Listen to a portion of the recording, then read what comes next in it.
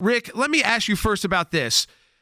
You've done these briefings before to these 16 members of Congress who can get these briefings. You've talked about the concern with leaks. We've all seen the concern about leaks. What do you think initially, just first reaction to John Radcliffe, who you preceded, his decision to do these now in writing because of the fear of leaks being used to try and interfere with the election? Yeah, I really applaud what John Radcliffe has done here. He's trying to solve a problem. The problem that we have is the leaks. It's actually a crisis. It's really a bad situation. I will tell you this. When I was at DNI, I had multiple career intelligence officials come to me and say, I actually don't want to brief Capitol Hill anymore. We had a briefing and we had multiple people opt out and say, as a career person, I just don't want to do this. And when I really pushed to say why, they said, look, the information is being manipulated. It's being weaponized. It's being cherry picked. And what ends up happening is that person then becomes part of the political folly between the two parties, and that person's career is really impacted. And so what I think that John Radcliffe is trying to do is respond to career intelligence officials who want to give information, who want to give the warnings to politicians, but are dealing with the reality that politicians are manipulating the intelligence and manipulating individuals. And so I really like that this is going to be done in written form. Now, it's not going to solve every problem. Sure.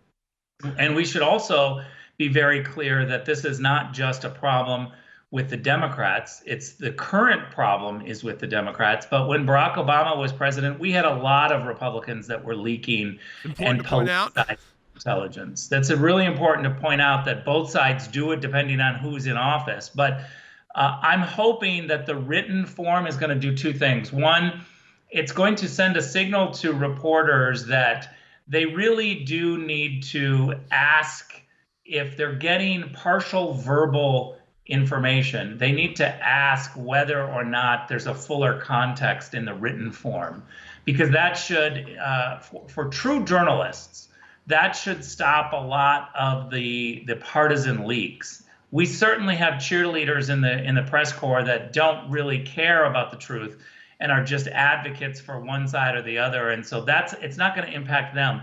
But we know who those reporters are, and most people just dismiss their writings as advocacy. So I'm hoping the written form is going to have a chilling effect on at least the leaks and the leaks that somehow get into the hands of real journalists. Yeah, I mean, this is, again, I think that's such a huge issue. And I think you're right to point out, Rick, it's a bipartisan problem.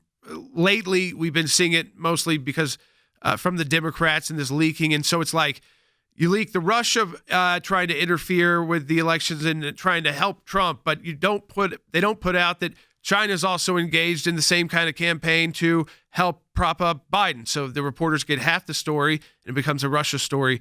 Again, what do you think about this pushback from those like Schiff?